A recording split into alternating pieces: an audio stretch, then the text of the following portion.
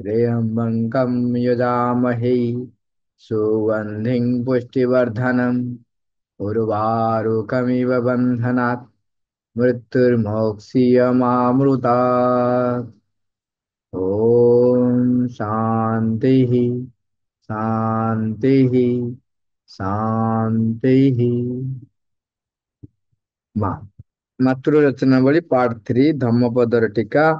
ଆମର ଆଲୋଚନା ଚାଲିଛି ଅହଂ। ତାର କେତେ ଗୁଡିଏ ଏପିସୋଡ ଆଲୋଚନା ହେଇଗଲାଣି। କାଲି ଯୋଉଠୁ ସାରିଥିଲେ ସେଇ ପାରାଗ୍ରାଫ ଟିକେ ଆରମ୍ଭ କରିବା। ମା ଲେଖୁଛନ୍ତି, ଏପରି ଏକ ମୁହୂର୍ତ୍ତ ଆସେ, ସେହି ମୁହୂର୍ତ୍ତଟି ହଠାତ୍ ଏକ ଝଲକ ରୂପେ ଆସେ ଏବଂ କ୍ୱଚିତ୍ ସ୍ଥାୟୀ ହୋଇ ରହେ, ଯେତେବେଳେ କି ସେହି ପରମ ସର୍ବମୟ ହିଁ ସବୁ କିଛି ଭାବୁଛନ୍ତି ବୋଲି ଅନୁଭବ କରିହୁଏ, ଅନୁଭବ ହୋଇଥାଏ। ସିଏ ହିଁ ସବୁ କିଛି ଜାଣିଛନ୍ତି, ଦେଖୁଛନ୍ତି, ଅନୁଭବ କରୁଛନ୍ତି। ଜୀବନ ବୋଲି କେବଳ ସିଏ ହିଁ ବିଦ୍ୟମାନ ଅଛନ୍ତି ବୋଲି ଅନୁଭବ ହୋଇଥାଏ। ସେତେବେଳେ ଏପରିକି ଏପରିକି ଏଇ ଭାବଟି ମଧ୍ୟ ଆଦୌ ନଥାଏ ଯେ ତୁମେ ସେଇ ବିନ୍ଦୁଟିରେ ଆସି ପହଞ୍ଚି ଗଲଣି। ଗୋଟେ ଗୋଟେ ମୁହୂର୍ତ୍ତ ଆସି ପହଞ୍ଚେ, ଯେତେବେଳେ ତାକୁ କୁହାଯାଏ ଆତ୍ମା ଆମକୁ ଅଧିକୃତ କରେ। ତାମାନେ ମା ଭଗବତୀ ଦିବ୍ୟ ଜନନୀ ଯେତେବେଳେ ବା ସଚ୍ଚିଦାନନ୍ଦ ପରମ ପ୍ରଭୁଙ୍କ ସହିତ ଆମର ଏକାତ୍ମତା ଅର୍ଜନ କରିବା ପାଇଁ ଆମ ଭିତରେ ଯୋଉ ଆସ୍ପୃହା ଯେତେ ଅଧିକରୁ ଅଧିକ ତୀବ୍ର ହୁଏ, ଆମର ପ୍ରଚେଷ୍ଟା ମଧ୍ୟ ସେତେ ଅଧିକରୁ ଅଧିକ ତୀବ୍ର ହୁଏ। ଜଣେ ଯେତେବେଳେ ଯାହା, ଆଉ ଦେଖନ୍ତୁ ଆମେ ଅଲରେଡି ଆଲୋଚନା କରିସାରିଛନ୍ତି, ଯିଏ ଯାହାକୁ ଗୁରୁତ୍ୱ ଦିଏ ସେଇ କାର୍ଯ୍ୟରେ ସେ ଅଧିକ ମନୋନିବେଶ କରେ। ତେଣୁ ଯିଏ ପରମଙ୍କୁ ଅଧିକ ଗୁରୁତ୍ୱ ଦେବ, ତେବେ ଆତ୍ମା ଆବିଷ୍କାରକୁ ବା ଆତ୍ମା ସହିତ ଏକୀଭୂତ ହେବା ପାଇଁ ସେ ସେତିକି ଗୁରୁତ୍ୱ ଦେବେ। ତେବେ ତାଙ୍କୁ ଆତ୍ମା ନିଜର କରିନେବେ, ଆତ୍ମା ତାଙ୍କୁ କବଳିତ କରିନେବେ। ଆମେ ଏବେ ଯୋଉ କହୁ ମୁଁ ଆତ୍ମାକୁ ପାଇଲି, ସିନା ଓଲଟାଟା ଆତ୍ମା ମୋତେ ପାଇଲେ, ମାନେ ଆତ୍ମା ନିଜେ ମୋ ପାଖରେ ପରିପ୍ରକାଶ ହେଲେ, ମାନେ ମୋ ପାଖରେ ମାନେ ମନ ପ୍ରାଣ ଶରୀର ଯୋଉ ବାହ୍ୟରେ ସେତେବେଳେ ପରିପ୍ରକାଶ ହେଲେ।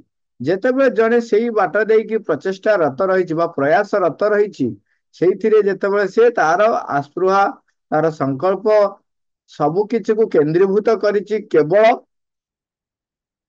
ପରମ ଚେତନାରେ ଭଗବତୀଙ୍କ ସହିତ ବା ଆତ୍ମା ସହିତ ଏକାତ୍ମ ଅର୍ଜନ କରିବା ପାଇଁ, ସେଇ ସମୟରେ ଗୋଟେ ଗୋଟେ ମୁହୂର୍ତ୍ତ ଆସେ ଯୋଉଟା କି ଅଳ୍ପ ସମୟ ପାଇଁ, କିଛି ସମୟ ପାଇଁ ଗୋଟେ ଝଲକ ଆସେ। ଯେତେବେଳେ ଗୋଟେ ଅନୁଭବ ଆସେ, ମାଲ ବର୍ଣ୍ଣନା କରୁଛନ୍ତି, ତାହା କ୍ୱଚିତ୍ ସ୍ଥାୟୀ ହୋଇ ରହେ। ସେତେବେଳେ ଆମ ଭିତରେ ଆସେ ଯେ ମୋ ଭିତରେ ସେ ସର୍ବମୟ କର୍ତ୍ତା ହିଁ ରହିଛନ୍ତି ଏବଂ ସିଏ ସବୁ କିଛି ଦେଖୁଛନ୍ତି, ସବୁ ଅନୁଭବ କରୁଛନ୍ତି। ଏଇ ଯୋଉ ଏଇ ସମଗ୍ର ସୃଷ୍ଟି କେବଳ ତାଙ୍କ ଯୋଗୁ ହେଇଛି ଏବଂ ସବୁ ଜାଗାରେ ସିଏ ଅଛନ୍ତି। ଏଇଟା କିଛି ସମୟ ପାଇଁ ଆସେ। କେତେ କେତେ ଶିଷ୍ୟ ମାନେ ଯେତେବେଳେ ଗୁରୁଙ୍କ ପାଖରେ ଆଗରୁ ଗୁରୁକୂଳରେ ରହି ଅଧ୍ୟୟନ କରୁଥିଲେ, ଅନେକ ଜିଜ୍ଞାସୁ ଶିଷ୍ୟ ଯେତେବେଳେ ଥାନ୍ତି, କେତେ କେତେ ଘଟଣା ଘଟେ, ସେମାନେ ଗୁରୁଙ୍କୁ କିଛି କିଛି ଆସ୍ପୃହା କରନ୍ତି। ସେମିତି ଜଣେ ଶିଷ୍ୟ ଗୁରୁଙ୍କୁ କହିଲେ, ଆପଣ ସବୁ ସମୟରେ କେମିତି ଶାନ୍ତ, ସ୍ଥିର, ନିଶ୍ଚୟ, ମାନେ ଗୋଟେ ନିଶ୍ଚଳ ଅବସ୍ଥାରେ ରହିପାରୁଛନ୍ତି, ଆନନ୍ଦରେ ରହିପାରୁଛନ୍ତି? ଆଉ ଆପଣ କହୁଛନ୍ତି ଯେତେବେଳେ ଆପଣ ସମାଧିସ୍ଥ ହେଇଯାଉଛନ୍ତି ବା ଯେତେବେଳେ ଆପଣ ଅ ଭଗବାନଙ୍କ ସହିତ ଏକୀଭୂତ ହଉଛନ୍ତି, ସେତେବେଳେ ଆପଣ ଗୋଟେ ପରମାନନ୍ଦ ପ୍ରାପ୍ତ କରୁଛନ୍ତି। ଆଉ ଥରେ ଆମକୁ ଟିକେ ମାନେ କଣ କହନ୍ତି, ଆଡଭର୍ଟାଇଜମେଣ୍ଟ ଆପଣ ଆପଣ କଥାରେ ସିନା କହୁଛନ୍ତି, ଆମକୁ ଥରେ ସେଇ ଜାଗା ଟିକେ ଦର୍ଶନ କରେଇ ଦିଅନ୍ତେ, ବା ସେଇ ପରମାନନ୍ଦ ପ୍ରାପ୍ତ ହେଲେ କେମିତି ହୁଏ। ଯେମିତି ଆମେ ବାରମ୍ବାର ଶୁଣୁଛନ୍ତି କଣ ନା, ବର୍ତ୍ତମାନ ଯୋଉ ଅର୍ଥ ପଛରେ, ଯୋଉ ମାନ ଯଶ ପଛରେ, ଯୋଉ କ୍ଷମତା ପଛରେ, ଯୋଉ ସ୍ୱାର୍ଥ ପଛରେ, ଯୋଉ ଭୋଗ ବିଳାସ ପଛରେ ଆମେ ଆନନ୍ଦ ପାଉଛୁ ବୋଲି ମାତୁଛୁ, ତାଠାରୁ ଭଗବାନଙ୍କ ସହିତ ଏକୀଭୂତ ହେଲେ ସେ ଯୋଉ ଆନନ୍ଦଟା ଆ ଠାରୁ ଅନେକ ଗୁଣରେ ଅଧିକ ଆନନ୍ଦ ଆପଣ କହୁଛନ୍ତି। କିନ୍ତୁ ଥରେ ଟିକେ ଏକ୍ସାମ୍ପଲ ବା ଗୋଟେ ଟ୍ରେଲର ଦେଖାନ୍ତୁ। ଆମ ଆମ ଭାଷାରେ କହୁଛୁ ଟ୍ରେଲର, ସେ ଶିଷ୍ୟ ସେମିତି କହିନଥିବେ, ଆମେ କଥା ଛଳରେ ଏମିତି କହୁଛୁ। ତେଣୁ ସିଏ କହିଲେ, ଆଉ ଗୁରୁଦେବ ଥରେ ଆପଣ ସେଇ ଆନନ୍ଦର ସ୍ପର୍ଶ ଆମକୁ ଟିକେ ଦିଅନ୍ତୁ। ସେଠୁ ଏମିତି ସବୁବେଳେ ବିକଳ ହେଇକି କହନ୍ତି। ସେଠୁ ଦିନେ ହଠାତ୍ ଗୁରୁଦେବ କହିଲେ, ଠିକ ଅଛି ତମେ ଆସ। ଏଇଟା ଅନେକ ସମୟରେ ମାମୁଁ କୁହନ୍ତି। ଗୁରୁଦେବ କଣ କଲେ, ତାଙ୍କୁ ଯେତେବେଳେ ଖାଲି ଟିକେ ଟଚ୍ କରିଦେଲେ, ତାଙ୍କୁ ସେ ଧ୍ୟାନସ୍ଥ ହେଇକି ବସିଲେ, ଖାଲି ଟିକେ ଛୁଇଁ ଦେଲେ। ସେ ଯୋଉ ଅଳ୍ପ ସମୟ ପାଇଁ ଛୁଇଁ ଦେଲେ, ସେଇ ସମୟରେ ସେ ଯୋଉ ପରମ ଆନନ୍ଦ ଅନୁଭବ କଲେ, ତା ପର ମୁହୂର୍ତ୍ତରେ ସାଙ୍ଗେ ସାଙ୍ଗେ ପୁଣି ତାଙ୍କୁ ପ୍ରକୃତିସ୍ଥ କରାଇଦେଲେ। ସେଠୁ ସେ କହିଲେ, ଗୁରୁଦେବ ଗୁରୁଦେବ କାହିଁକି ମତେ ଆଉ ଥରେ ଦିଅନ୍ତୁ। ଆଉ ଏଇଟା ଆପଣ ଖାଲି ଏମିତି ଟଚ୍ କରିଦେଲେ, ଏମିତି ଅଳ୍ପ ସମୟ ପାଇଁ ହେଲା। ଆଉ ସେଇ ଯୋଉ ଆନନ୍ଦ ଅବସ୍ଥା, ତାଠାରୁ ଆଉ ତଳୁ ପଛକୁ ଆସିବା ପାଇଁ ଜମାରୁ ଇଚ୍ଛା ହଉନି। ଆଉ ମତେ ସେଇଟା ଆଉଥରେ ଦିଅନ୍ତୁ। ଗୁରୁଦେବ କହିଲେ, ନାଇଁ ନାଇଁ ନାଇଁ ନାଇଁ, ସେଇଟା ତମକୁ ପ୍ରଚେଷ୍ଟା କରିବାକୁ ପଡିବ। ସେଥିପାଇଁ ସାଧନା କର, ପ୍ରାପ୍ତ କରିବ। ଏଇଟା ଏମିତି ତୁମକୁ ସ୍ଥାୟୀ ଭାବେ ଏମିତି ଦିଆଯାଇ ପାରିବ ନାହିଁ। ତେଣୁ ଏଠି ବର୍ଣ୍ଣନା କରୁଛନ୍ତି ମା, ଗୋଟେ ଗୋଟେ ମୁହୂର୍ତ୍ତ ଆସେ ଯେତେବେଳେ ସେ ଝଲକଟି ଆସି ପହଞ୍ଚେ, ଯେତେବେଳେ ଆମ ଭିତରେ ଗୋଟେ ଅନୁଭବ ହୁଏ ଯେ ସେ ସବୁଆଡେ ଅଛନ୍ତି ଏବଂ ସବୁ କିଛି ଦେଖୁଛନ୍ତି, ସବୁ କିଛି ଜାଣୁଛନ୍ତି, ସବୁର କର୍ତ୍ତା ହଉଛନ୍ତି ସିଏ, ସୃଷ୍ଟି ହଉଛନ୍ତି ସିଏ, ସ୍ରଷ୍ଟା ହଉଛନ୍ତି ସିଏ। ଏଇ ଅନୁଭବଟି ଆମ ଭିତରେ ଆସେ। ଏଇଟା କିନ୍ତୁ କ୍ୱଚିତ ସ୍ଥାୟୀ ହେଇ ରହେ। କିନ୍ତୁ ମା କହୁଛନ୍ତି, ଆଉ ସେଇ ସମୟରେ ସେତେବେଳେ ଆମ ଭିତରେ ଗୋଟେ ଏଇ ଭାବ ବି ନଥାଏ। କଣ ଯେ ମୁଁ ପହଞ୍ଚି ଗଲିଣି, ଅହଂର ଉର୍ଦ୍ଧ୍ୱରେ ପହଞ୍ଚିଗଲି, ଭାବ ବି ନଥାଏ। ତାମାନେ ସିଏ ଏକ ସ୍ଥିତି। ଦେଖନ୍ତୁ, ଚିନିର ଆପଣ ଯଦି ନିଜେ ଚିନି, ସେ ଭାବିବ କଣ ମୁଁ ମିଠା ହେଇଯାଇଛି ବୋଲି, ଭାବିବନି। ତାମାନେ ସେଇ ଯୋଉ ସ୍ଥିତିରେ ପହଞ୍ଚିଲେ, ସେତେବେଳେ ମା ସେଠି ବର୍ଣ୍ଣନା କରୁଛନ୍ତି, ସେତେବେଳେ ଏପରିକି ଦିଥର କହୁଛନ୍ତି, ଏଇ ଭାବଟି ମଧ୍ୟ ଆଦୌ ନଥାଏ ଯେ ତୁମେ ସେଇ ବିନ୍ଦୁଟିରେ ଆସି ପହଞ୍ଚି ଗଲେଣି। ତାମାନେ ସେ ଭାବ ହିଁ ନଥବ। ତମାନେ ଅଲରେଡି ତୁମେ ସେଇ ବିନ୍ଦୁରେ ପହଞ୍ଚି ସାରିଛ। ତାପରେ କହୁଛନ୍ତି, ସେତେବେଳେ ତ ତାହା ଅତ୍ୟନ୍ତ ସ୍ୱାଭାବିକ ଭାବେ ଘଟିବ। ମାତ୍ର ସେଇ ସମୟଟି ଆସି ପହଞ୍ଚିବା ପର୍ଯ୍ୟନ୍ତ କେଉଁଠି କେଉଁଠି ଅହଂର ଅବଶ୍ୟ ଏକ ଅବଶୋଷ ରହିଥିବ। ସାଧାରଣତଃ ତୁମ ଭିତରେ ଏହି ଅଂଶଟି ହିଁ ସବୁଠି ଉପରେ କେବଳ ଦୃଷ୍ଟିପାତ କରୁଥାଏ। ସାକ୍ଷୀ ରୂପେ ଅବସ୍ଥିତ ରହି କେବଳ ଦୃଷ୍ଟିପାତ ହିଁ କରୁଥାଏ। ମୋର ଅହଂ ଯେ ପର୍ଯ୍ୟନ୍ତ ଆମେ ସେଇ ସ୍ଥିତିରେ ନ ପହଞ୍ଚିଛନ୍ତି, ସେତେବେଳେ ପର୍ଯ୍ୟନ୍ତ ଅହଂର ସବୁବେଳେ ଅବଶୋଷ ରହିଥାଏ। ତାପରେ କହୁଛନ୍ତି, ଆତ୍ମା କଣ କରେ, ସିଏ ସବୁବେଳେ ଦୃଷ୍ଟିପାତ କରୁଥାଏ, ସବୁ ଜିନିଷ ଦେଖୁଥାଏ, ସାକ୍ଷୀ ରୂପେ ଅବସ୍ଥିତ ହିଁ ରହିଥାଏ। ତେଣୁ ତୁମ ଭିତରୁ ଅହଂର ବିଲୟ ଘଟି ସାରିଲାଣି ବୋଲି ତୁମେ କଦାପି ଏକ ସତ୍ୟ ରୂପେ ଗ୍ରହଣ କରିହେବ ନାହିଁ। ସତ୍ୟ ରୂପେ ଗ୍ରହଣ କରିନେବ ନାହିଁ। ତମେ ଭାବିଦବ ନାହିଁ ଯେ ତୁମର ଅହଂର ସମ୍ପୂର୍ଣ୍ଣ ବିଲୋପ ହେଇଗଲାଣି। କାହିଁକି ନା ତୁମେ ଅହଂର ବିଲୋପ ହେଲାଣି ଭାବୁଛ ମାନେ, ତାମାନେ ତୁମ ଭିତରେ ଏବେ ବି ଅହଂ ଅଛି। ନାଇଁ, ତାର ଆରଟା ସତ୍ୟ ନୁହଁ ଯେ ମୁଁ ଭାବୁନି ମାନେ ମୋ ଭିତରେ ଅହଂ ନାହିଁ। କାହିଁକିନା ଯିଏ ନିଶ୍ଚେତନା ଗର୍ଭରେ ରହିଛି, ସେ ତ କିଛି ବି ଜାଣିନି। ଆଉ ଯୋଉମାନେ ପୁରା ଅହଂକାରୀ, ସେମାନେ ତ ନିଜକୁ କେବେ ବି କହିବେନି ଯେ ମୁଁ ଅହଂର ବଶବର୍ତ୍ତୀ ହେଇ ରହିଛି ବୋଲି। ଏଠି କଣ ହଉଛି, ଯୋଉ ସମୟ ଆସିବ, ଯେତେବେଳେ ଜଣେ ସେଠି ଅହଂର ବିଲୟ ଘଟିବ, ସେତେବେଳେ ତା ଭିତରେ ନିଜସ୍ୱ କର୍ତ୍ତା ଭାବ ହିଁ ନଥିବ। ବା କହୁଛନ୍ତି, ହଁ, ତୁମକୁ କେବଳ ଏତିକି କହିବାକୁ ହେବ ଯେ ଅହଂର ସମ୍ପୂର୍ଣ୍ଣ ବିଲୟ ଅଭିମୁଖରେ ତୁମେ କ୍ରମେ କ୍ରମେ ଅଗ୍ରସର ହେବାରେ ଲାଗିଛ। ହଁ, କେବଳ ତାହା ହିଁ କହିବା ଠିକ ହେବ। ଆମେ ସେ ପଥରେ ଅଛୁ। ତାପରେ ଏଇ ପାରାଗ୍ରାଫ ଟା ଗୋଟେ ଗୁରୁତ୍ୱପୂର୍ଣ୍ଣ ପାରାଗ୍ରାଫଟି। ଆମେ ଯୋଉମାନେ ସାଧନା କରୁଛନ୍ତି, ସେମାନଙ୍କ ପାଇଁ ତ ନିଶ୍ଚିତ। କଣ କହୁଛନ୍ତି, ତୁମମାନଙ୍କ ଜୀବନରେ ଏହି କଥାଟି ପ୍ରକୃତରେ ଘଟି ସାରିଲାଣି ବୋଲି ମୁଁ ମୋଟେ ବିଶ୍ୱାସ କରିପାରୁନାହିଁ। ସେପରି ପ୍ରକୃତରେ ଘଟିଲାଣି କି? ମା କହୁଛି, ମୁଁ ତ ବିଶ୍ୱାସ କରୁନି ଯେ ତୁମ ଭିତରେ ଏଇ ଘଟଣା ଘଟିଲାଣି। କଣ ଯେ ଅହଂର ସମ୍ପୂର୍ଣ୍ଣ ବିଲୋପ ସାଧନ ହେଇଗଲାଣି ବୋଲି। ନା, ଏପର୍ଯ୍ୟନ୍ତ ଘଟି ନାହିଁ। ମା କହୁଛନ୍ତି ମାତ୍ର ଅତିମାନସ କହିଲେ ପ୍ରକୃତରେ ଯେ କଣ ବୁଝାଏ, ଯଦି ତୁମେମାନେ ସେଇ କଥାଟିକୁ ଯଥାର୍ଥରେ ଜାଣିବାକୁ ଇଚ୍ଛା କରୁଥାଅ, ତେବେ ଅହଂର ବିଲୁପ୍ତ ଅପରିହାର୍ଯ୍ୟ। ତମେ ଯଦି ଅତିମାନସ କହିଲେ ପ୍ରକୃତରେ କଣ ବୁଝାଏ ଜାଣିବାକୁ ଚାହୁଁଛ, ତାହେଲେ ଅହଂର ସମ୍ପୂର୍ଣ୍ଣ ବିଲତି ଅବଶ୍ୟମ୍ ଭାବି। ମା ଲେଖୁଛନ୍ତି ତାମାନେ ଅହଂ ବିଷୟରେ ତମେ ଯଦି ବୁଝିବାକୁ ଚାହୁଁଛ, ଅହଂ ବିଷୟରେ ମା କହୁଛନ୍ତି ତୁମେ ଯଦି ଅତିମାନସ ସମ୍ପର୍କରେ ବୁଝିବାକୁ ଚାହୁଁଛ, ତେବେ ଅହଂର ବିଲୁପ୍ତ ଅନିବାର୍ଯ୍ୟ ଯଥାର୍ଥରେ ଜାଣିବାକୁ ଇଚ୍ଛା କରୁଛ। ତାପରେ କହୁଛନ୍ତି ଯଦି ତୁମେ ଅତି ମାନବତାର ଉପଲବ୍ଧି କରିବା ଦିଗରେ ଆପଣାକୁ ଜଣେ ଆକାଂକ୍ଷୀ କରି ରଖିଥାଅ, ମାନେ ତମେ ଇଚ୍ଛା କରୁଛ ଅତି ମାନବତା ଉପଲବ୍ଧି କରିବ ବୋଲି, ତେବେ ଅହଂର ସମ୍ପୂର୍ଣ୍ଣ ପରିହାର ହିଁ ତୁମର ସଂକଳ୍ପ ହୋଇ ରହିବା ଉଚିତ। ଅହଂର ସୀମା ଗୁଡିକୁ ଅତିକ୍ରମ କରି ଯିବା ହିଁ ତୁମର ସଂକଳ୍ପ ହୋଇଯିବା ଉଚିତ। କାରଣ ସେଇ ଅହଂଟିକୁ ତୁମେ ଯେ ପର୍ଯ୍ୟନ୍ତ ତୁମ ଭିତରେ ରଖିଥିବ, ସେ ପର୍ଯ୍ୟନ୍ତ ଅତିମାନସ ତୁମ ଲାଗି କେବଳ ଏକ ଅଜ୍ଞାତ ଓ ଅଗମ୍ୟ ବସ୍ତୁ ହୋଇ ରହିଥିବ। ଆଉ କେତେ ସ୍ପଷ୍ଟ କରି କହିବେ, କେତେ ସ୍ପଷ୍ଟ କରି କହିବେ।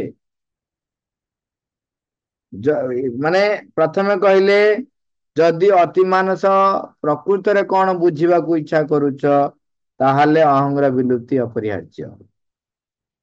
ତାପରେ ଦ୍ୱିତୀୟ ପଏଣ୍ଟରେ କହୁଛନ୍ତି ଯଦି ତୁମେ ଅତି ମାନବତାର ଉପଲବ୍ଧି କରିବା ଦିଗରେ ଆକାଂକ୍ଷୀ, ମାନେ ଇଚ୍ଛା କରୁଛ, ଇଚ୍ଛା କରୁଛ, ତାହେଲେ ବି ତୁମର ଅହଂର ସମ୍ପୂର୍ଣ୍ଣ ପରିହାର କରିବା ପାଇଁ ତୁମର ସଂକଳ୍ପ ରହିବା ଉଚିତ।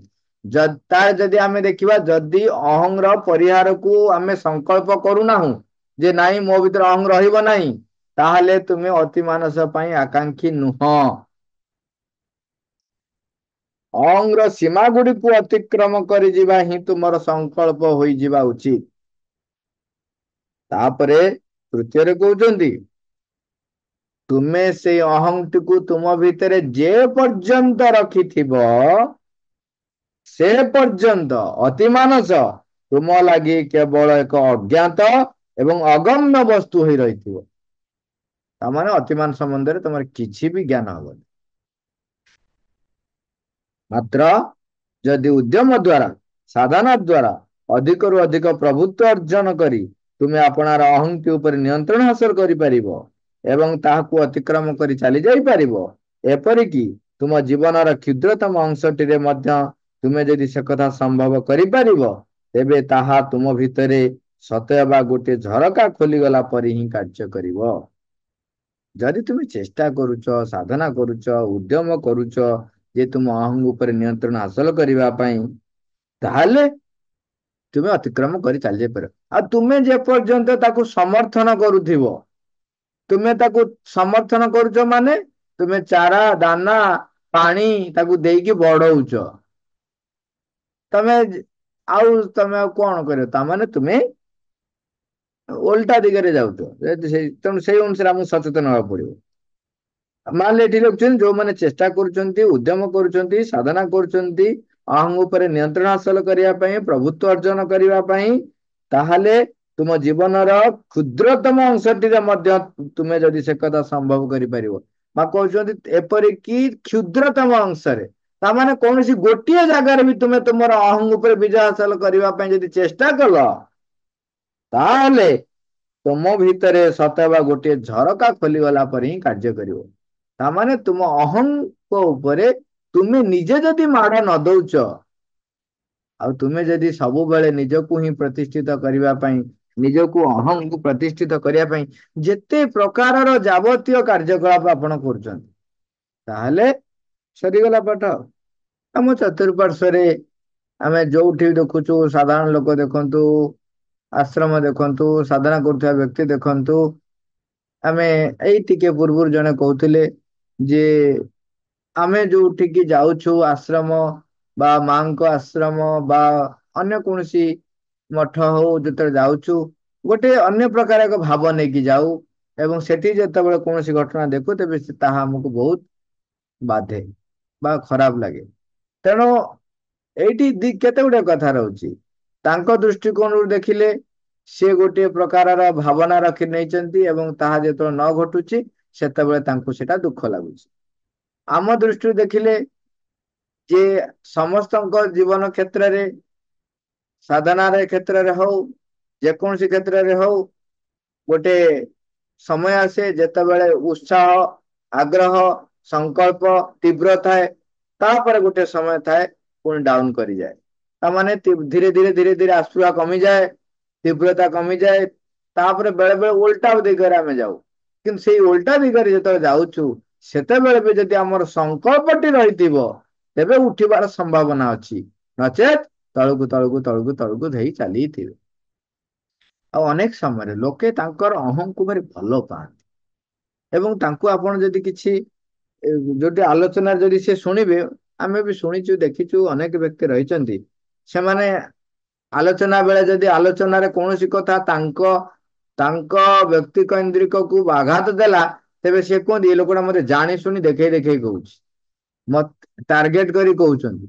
କିନ୍ତୁ ଯୋଉମାନେ ଚେଷ୍ଟା କରନ୍ତି, ଯୋଉମାନେ ସଂକଳ୍ପ କରିଥାନ୍ତି ନିଜକୁ ପରିବର୍ତ୍ତନ କରିବା ପାଇଁ, ସେମାନେ ଯେତେବେଳେ ସେଇ ଏକା କଥା ଶୁଣନ୍ତି, ଯାହା ହଉ ଆଜି କି କୃପା, ମା ମତେ ଆଜି ଦେଖେଇ ଦେଲେ ମୋ ଭିତରେ ଏଇ ଦୁର୍ବଳତା ଟା ରହିଥିଲା।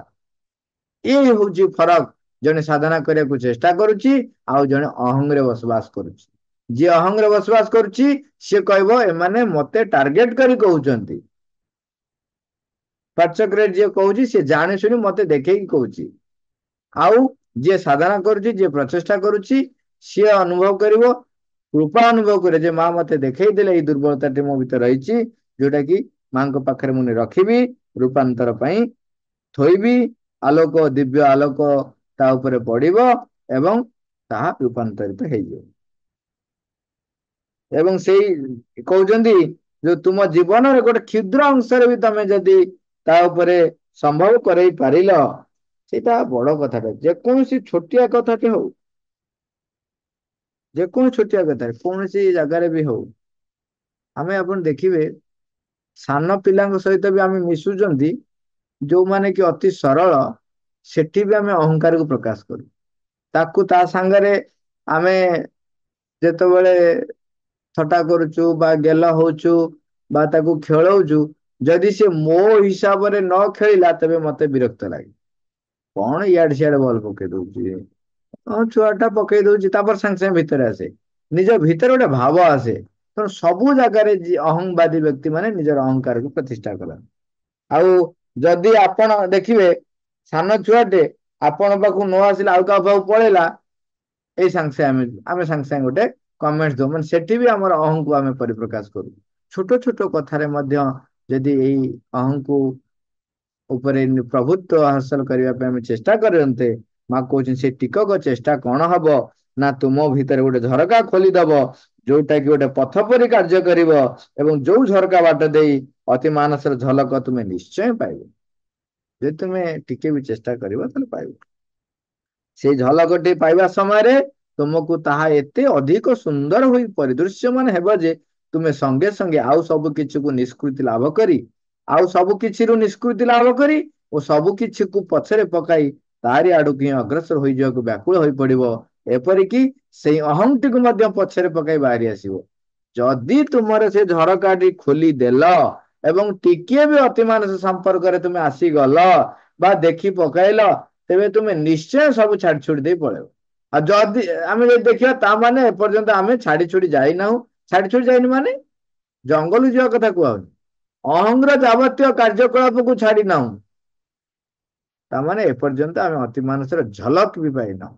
ଲୋକେ ତାକୁ ମିଛ ସତ କରି ବର୍ଣ୍ଣନା କରି କୁହନ୍ତି ମୋର ତ ଏତେ ଏକ୍ସପିରିଏନ୍ସ, ମୋର ମାଙ୍କ ସହିତ ଏକ୍ସପିରିଏନ୍ସ, ଅତିମାନ ଶକ୍ତି ଏମିତି ଅବତରଣ କଲା, ମୁଁ ଏମିତି ସ୍ୱପ୍ନ ରାଜ୍ୟରେ ବିଚରଣ କରେ, ମୋର ଭିଜନ ଆସେ, ଇଏ ସବୁ ଯୋଉ ବର୍ଣ୍ଣନା କରୁଛନ୍ତି, ଦେଖିବେ ଯୋଉମାନେ ଅତି ମାନସର ଝଲକ ପାଇଥିବେ ସେମାନେ ଏ ପ୍ରକାର ବର୍ଣ୍ଣନା କରିବେ ନାହିଁ। କାହିଁକି ନା ତା ପୂର୍ବରୁ ମା ଆରମ୍ଭରୁ କହିଦେଲେ ଯେ ସେଇ ସମୟରେ ସିଏ ଅନୁଭବ କରିପାରେ ନାହିଁ ଯେ ସିଏ କଣ ବୋଲି, କାହିଁକି ନା ସେ ତ ତାଙ୍କ ସେଇ ଚେତନା ରହିଯାଇଥିବ ନା। ତେଣୁ ଫରକ ହେଲେ ମାନେ ମୁଁ ଆଉ ଠାକୁର, ମୁଁ ଆଉ ଭଗବାନ, ମୁଁ ଆଉ ମା ଅଲଗା ଅଲଗା ହେଇ ରହିଲେ ହିଁ ମୁଁ ଚିହ୍ନୁଛି ତାଙ୍କୁ। ତାମାନେ ମୁଁ ଅଛି, ମା ବି ଅଲଗା ଅଛନ୍ତି। ତାମାନେ ମୋର ବ୍ୟକ୍ତିତ୍ୱ ଏବେ ବି ରହିଛି। ଯେତେବେଳେ ମାଙ୍କ ଭିତରେ ଏଇ ସତ୍ତାଟି ପୂର୍ଣ୍ଣ ବିଲୀନ ହେଇଯାଇଥିବ, ସେତେବେଳେ ଯିଏ କାର୍ଯ୍ୟ କରୁଛି ସେତେବେଳେ ସିଏ ଆଉ ମାଙ୍କୁ ଆଉ କଣ ଦେଖିବ, ସେ ତ ମାଙ୍କ ଭିତରେ ଥିବ ନା। ସେଇ ଅନୁଭବଟି ହଉଛି ଯିଏ ଅତିମାନ ସମ୍ପର୍କରେ ଆସିଥିବ, ତା ଭିତରେ ବସବାସ କରୁଥିବ। ଏଠାରେ ତୁମେ ସ୍ମରଣ ରଖିଥିବ ଯେ ଅତିମାନସର ଏକ ଝଲକ ପାଇବ ବୋଲି ହିଁ ମୁଁ ତୁମକୁ ତୁମ ଅହଂ ପାଖରୁ ସମ୍ପୂର୍ଣ୍ଣ ଭାବେ ମୁକ୍ତ ହୋଇ ବାହାରି ଆସିବା ଲାଗି ମୋଟେ କହୁନାହିଁ। ମା କହୁଛନ୍ତି ଏଥିପାଇଁ ମୁଁ କହୁନି ଯେ ତମେ ଅତିମାନର ଝଲକ ପାଇବ ବୋଲି କେବଳ ଅହଂରୁ ବାହାରି ଆସ। କାରଣ ସେଇ କାର୍ଯ୍ୟଟି ପ୍ରାୟ ଅସମ୍ଭବ ହୋଇ ହିଁ ରହିବ। ତମେ ବାହାରି ପାରିବ ନାହିଁ, ଏତେ ସହଜ ନୁହଁ। ନାଇଁ ନାଇଁ, କେଉଁଠାରେ ଏତେ ଟିକିଏ ବି ହେଲେ ମଧ୍ୟ ଯଦି ତୁମ ମନ ଏବଂ ପ୍ରାଣିକର କ୍ଷେତ୍ରରେ ତୁମେ ତାହା ସମ୍ଭବ କରିପାରିବ, ତେବେ ତାହା ପ୍ରକୃତରେ ଅତ୍ୟନ୍ତ ଭଲ ହେବ। ମା କହୁଛନ୍ତି ତମେ ଅଳ୍ପ ଟିକେ ବି କୋଉଠି ଗୋଟେ କର ନା, ତୁମର ପ୍ରାଣ ସ୍ତରରେ କି ମନ ସ୍ତରରେ କୋଉଠି ଗୋଟେ ଅଳ୍ପ ଟିକେ କର। ତୁମ ମନର କେଉଁଠାରେ ଗୋଟେ ଅତି କ୍ଷୁଦ୍ର କଣରେ ବା ତୁମ ସତ୍ତାର ଆଉ କେଉଁଠି ଏଡେ ଟିକେ କଣରେ ହୋଇଥାଉ ପଛକେ, ଯଦି ତୁମେ ଦୈବା ନିଜର ଅହଂର ସୀମା ଭିତରୁ ମୁକ୍ତ ହୋଇ ବାହାରି ଆସିପାରିବ, ନା ନା, ଦୈବାତ ନୁହେଁ, ଯଦି ପୁନଃ ପୁନଃ ଉଦ୍ୟମଶୀଳ ହୋଇ ତୁମେ ନିଜେ ଚୈତନ୍ୟତା ସହିତ ଏକ ସମ୍ବନ୍ଧ ସ୍ଥାପନ କରିପାରିବ, ତେବେ ଦ୍ୱାରଟି ପ୍ରକୃତରେ ପ୍ରଶସ୍ତ ହୋଇ ଖୋଲିଯିବ। ଯଦି ଚୈତନ୍ୟତା ସହିତ ଆମେ ସମ୍ପର୍କୀଭୂତ ହଉ, ତାହେଲେ ଏଇ ଦ୍ୱାରଟି ଟିକେ ପ୍ରଶସ୍ତ ହୋଇ ଖୋଲିଯିବ। ସେହି ଚୈତ୍ୟର ମଧ୍ୟ ଦେଇ ତୁମେ ସଙ୍ଗେ ସଙ୍ଗେ ଅତିମାନସର ଏକ ଅତ୍ୟନ୍ତ ସ୍ପଷ୍ଟ ଏବଂ ଅତ୍ୟନ୍ତ ସୁନ୍ଦର ଦୃଷ୍ଟି ଲାଭ କରିପାରିବ। ହଁ, ତାହାକୁ ଆମେ ଏକ ଦୃଷ୍ଟି ବୋଲି ହିଁ କହିବା। ଖାଲି ତମେ ଦୃଷ୍ଟି ଲାଭ କରିବ, ତୁମେ ହୋଇ ଉଠିନା। ଉପଲବ୍ଧି ବୋଲି କଦାପି କହିପାରିବ ନାହିଁ। ମା କହୁଛନ୍ତି ତୁମେ ଦେଖିବ, ଉପଲବ୍ଧି ବୋଲି କହିହବନି। କାହିଁକିନା ତମେ ବର୍ତ୍ତମାନ ସୁଦ୍ଧା ଚୈତନ୍ୟତା ସହିତ ସମ୍ବନ୍ଧ ସ୍ଥାପନ କରି ପ୍ରଶସ୍ତ ହବା ପାଇଁ ପ୍ରଚେଷ୍ଟା କରୁଛ। ପ୍ରଚେଷ୍ଟା କରିବ, ପ୍ରଚେଷ୍ଟା କରିଲା ପରେ ଚୈତ୍ୟ ମଧ୍ୟ ଦେଇକିରି ଆମକୁ ପ୍ରଥମେ ପ୍ରଥମେ ଇଙ୍ଗିତ ମିଳିବ, ଆଭାସ ମିଳିବ, କିନ୍ତୁ ତାହା ଉପଲବ୍ଧି ବୋଲି କହିପାରିବନି। ତାହା ହିଁ ସେଉଛି ମୁକ୍ତିର ସେହି ବୃହତ ଦ୍ୱାର, ଯୋଉଟା ତୁମେ ଦୃଷ୍ଟିରେ ଦେଖିଲ। ମାତ୍ର ଏହି ସୌନ୍ଦର୍ଯ୍ୟମୟ ଚୈତ୍ୟ ଉପଲବ୍ଧି ପର୍ଯ୍ୟନ୍ତ ଏତେ ଦୂର ନ ଯାଇ ମଧ୍ୟ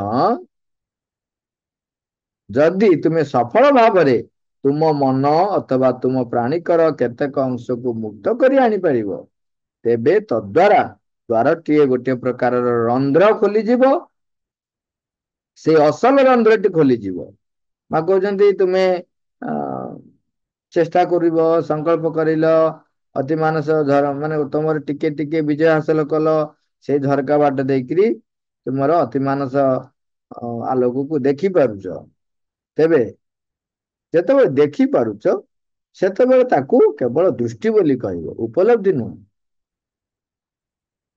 ଯେ ପର୍ଯ୍ୟନ୍ତ ମାତା କହୁଛନ୍ତି ଏଇ ସୌନ୍ଦର୍ଯ୍ୟମୟ ଚୈତ୍ୟ ଉପଲବ୍ଧି ଏତେ ଦୂର ନ ଯାଇ ମଧ୍ୟ ଯଦି ତୁମେ ସଫଳ, ମାନେ ଯଦି ତମେ ଏତେ ଚେଷ୍ଟା ନ କରିକିରି ଖାଲି ସଫଳ ଭାବରେ ପ୍ରାଣର କେତେ ଅଂଶକୁ କିମ୍ବା ମନର କିଛି ଅଂଶକୁ ଯଦି ଅହଂର ଠାରୁ ମୁକ୍ତ କରିବ କିଛି ଗୋଟେ ଛୋଟ ଛୋଟ କାମରେ, ତେବେ ମା କହୁଛନ୍ତି ତଦ୍ୱାରା ଗୋଟିଏ ପ୍ରକାରର ରନ୍ଧ୍ର ଖୋଲିଯିବ। ସେ ଅସଲ ରନ୍ଧ୍ରଟି ଖୋଲିଯିବ, ମାନେ ଆତ୍ମାର ପ୍ରଭାବ ଆମ ଭିତରେ ବିଚ୍ଛୁରିତ ହେଇଯିବ। ସେଇ ଅସଲ ରନ୍ଧ୍ରଟି ଖୋଲିଯିବ। ଏଇ ଅସଲ ରନ୍ଧ୍ରଟିର ମଧ୍ୟ ଦେଇ ତୁମେ ଏକ ଝଲକ ପାଇପାରିବ, କ୍ଷୁଦ୍ର ଝଲକଟି ପାଇପାରିବ, ଏବଂ ସେତିକି ମଧ୍ୟ ବେଶ ଆକର୍ଷକ ଓ ଆଗ୍ରହ ଉଦ୍ଦୀପକ ହୋଇ ରହିଥିବ। ସେତିକି ବି ବହୁତ ଯଥେଷ୍ଟ। ଆଗ୍ରହ ଉଦ୍ଦୀପକ ରହିଥିବ ମାନେ ବହୁତ ଯଥେଷ୍ଟ। ନା, ଏଠି ଯାହା କହୁଛନ୍ତି ସବୁ ପ୍ରାକ୍ଟିକାଲ କଥା କହିଲେ। ଥିଓରି ଫିଓରି କିଛି ନାହିଁ, ଏଉଠୁ ସବୁ ପ୍ରାକ୍ଟିକାଲ। ଜଣେ ତାଙ୍କ ସହିତ ଯେତେ ଏକାତ୍ମ ବୋଧ କରିବ, ତେବେ ସେତିକି ସେ ଅଧିକରୁ ଅଧିକ ସେ ବିଷୟରେ ତାର ଜ୍ଞାତ ହବ ଏବଂ ସେ ଅଗ୍ରଗତି ମଧ୍ୟ କରିପାରିବ। ମା, ଥ୍ୟାଙ୍କ ୟୁ ଅଲ୍।